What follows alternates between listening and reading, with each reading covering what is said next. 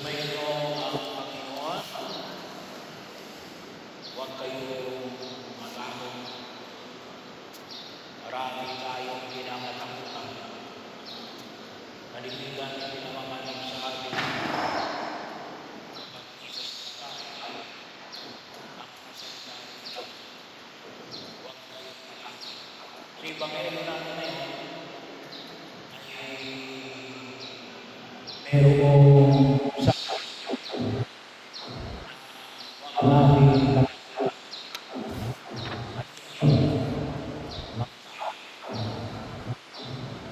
so huwag matakot sa bakit? Well, sabi na natin may mga taong gustong manakit, pumatay, gumawa ng mga bagay na ikasasama mo. Yung sigahan ka, ang palakas na kami sa atin, sa Pilipinas, yung siraan, bahagi yun, ramdam na ramdam yun. Kung iyong maalala, yung una natin papasok sa aklat ni Propeta Elias. Ano pa sabi ni Propeta Elias?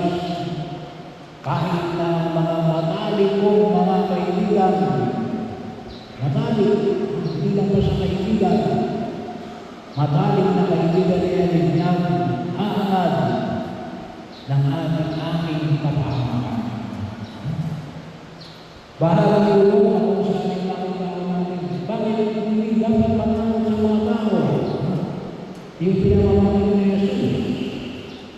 Well, yung kanyang pangyayari na makita ito natin ay sabagat yan, pwede yung manira sa iyo, pumatay sa iyo dito sa lupa.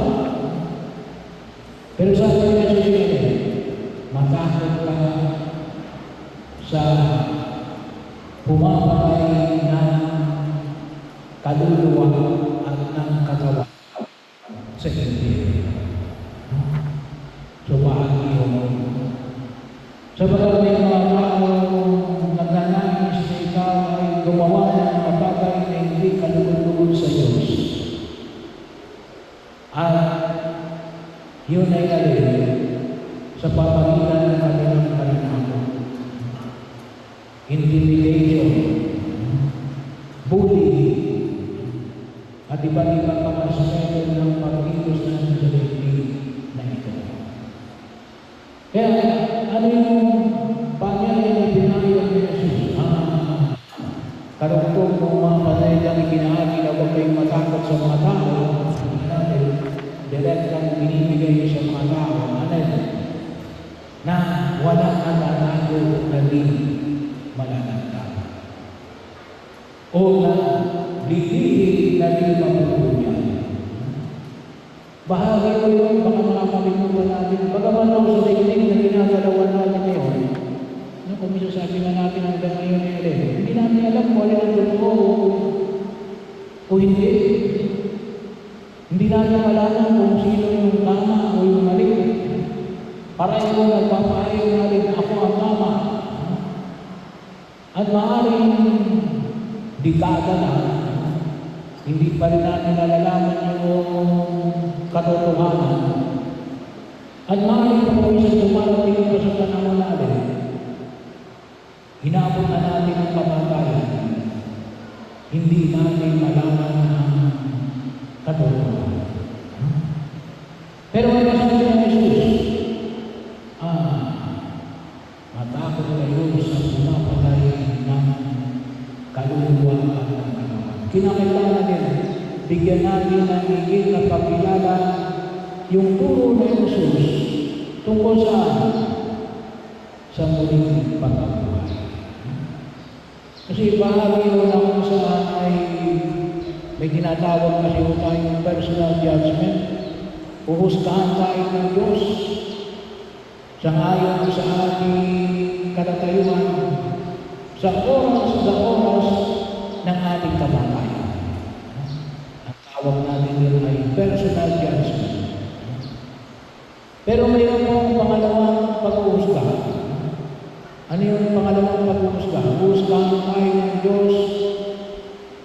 harapan ng mga tao.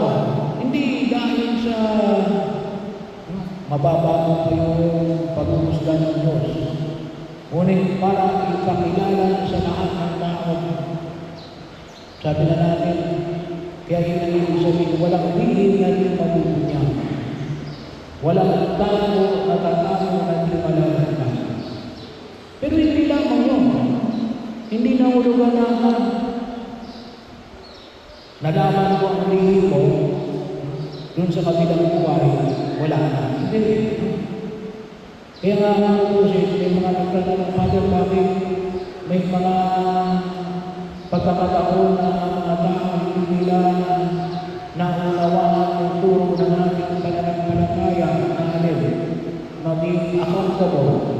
Kasi baka nagkulang tayo sa turo ng impyerno at ng purgatorio. Kasi maliwanag yun.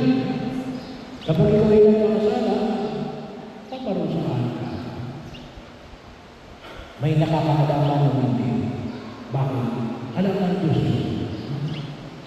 At yun ay ipapamanig sa iba. Sabi naman, ipapamanig sa iba na alin. Hindi lamang na malaman na ito pala yung gumawa. Pero, you will be made accountable. Pananagutan mo yun. Paano nakapag-umpisa naman, nakapahilan ng tapis bago mamatay. Kaya, maaaring ang hindi ka na mapunta sa impyerno, pero na rin.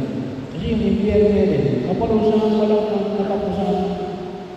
Mas daig pa yung kamakayan. Pero ano yung purgatorio? Kapalusahan. Kaagiban ng iyong kasalanan. Father, nag-umpisa ka na. Ano nag-umpisa ka? Hindi ka na pupunta sa impyerno. Pero, you have to render the requirements of justice. Kinakailangan na ibigay yung hinihingi ng katarungan. Bahagi yun. Kaya nga, yung paanyaya natin, kung may utang ka, hindi lang pera, anumang pangungutang na ginawa mo, paninirang puri,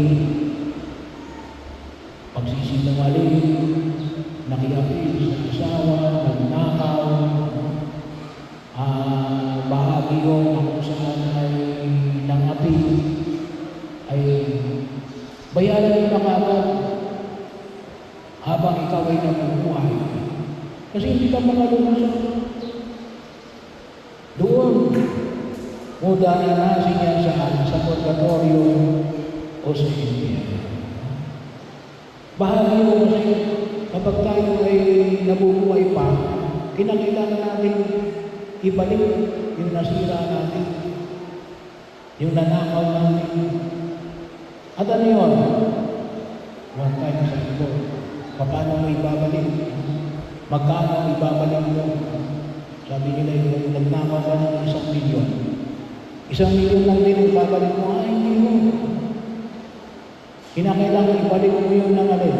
Sa ayon sa lumang tipan, times 3. Sa ayon sa bagong tipan, hindi lang times 3, times 4. So kung ikaw ay nagnakaw ng 1 milyon, ibabalik mo yun ng 4 na milyon.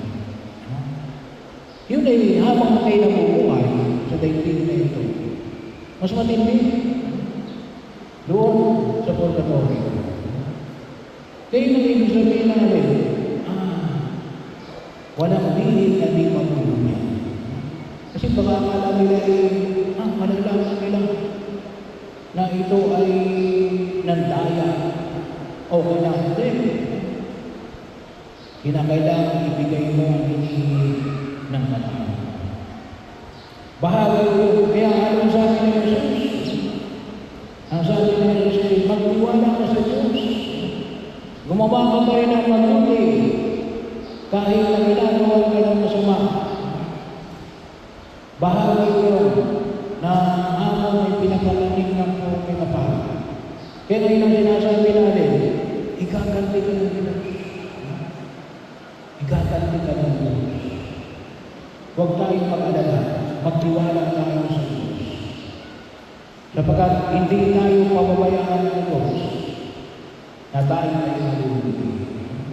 Maaaring hindi tayo mismo ang gumanti. Pero sigurado na igaganti tayo ng Diyos. Kaya na yung sabihin, walang di ang ipagod niya.